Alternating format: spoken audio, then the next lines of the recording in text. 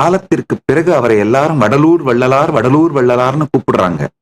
ஆனா அவர் இருந்த காலத்திலே எப்போதுமே சிதம்பரம் ராமலிங்கம், சிதம்பரம் ராமலிங்க அடிகள்னா கையெழுத்து போடுவார். நீங்க அவருடைய எந்த டாக்குமெண்ட் வேணா எடுத்து போடுறதை பாருங்க, சிதம்பரம் ராமலிங்கம்னு மட்டும்தான் அவர் கையெழுத்து போட்டிருப்பார். அவர் காலத்திற்கு பிறகு அவரை மக்கள் பக்தர்கள் வடலூர் வள்ளலார்னு கூப்பிட ஆரம்பிச்சிட்டாங்க. நான் ஒரு தரம் யோசிச்சேன், ஆஹா நம்மளையும் கைலாசா நித்யானந்தா கைலாசா நித்யானந்தான்னு கூப்பிட ஆரம்பிச்சிருவாங்களே. பெருமான் உடனே சொன்னார், இல்லப்பா கவலைப்படாத, அதனாலதான் உனக்கு இயற்பெயரிலேயே அப்பா பேர் அருணாச்சலம், அப்பாவினுடைய அப்பா தகப்பனாருடைய தகப்பனார் பாட்டனார் பெயர் அண்ணாமலை, அண்ணாமலை அருணாச்சலம், இந்த 2 வார்த்தையையும் என் பெயரில் இருந்து பிரிக்கவே முடியாதபடி இயற்பெயரிலேயே இதை இணைத்து வைத்து விட்டார். அதனால பெருமான் கொடுத்த பெருவரம் எக்காலத்தும் அண்ணாமலை அருணாச்சலம் நித்யானந்தாங்கிறது தான் நிரந்தரமாக இருக்கும், அதை மாற்ற முடியாது.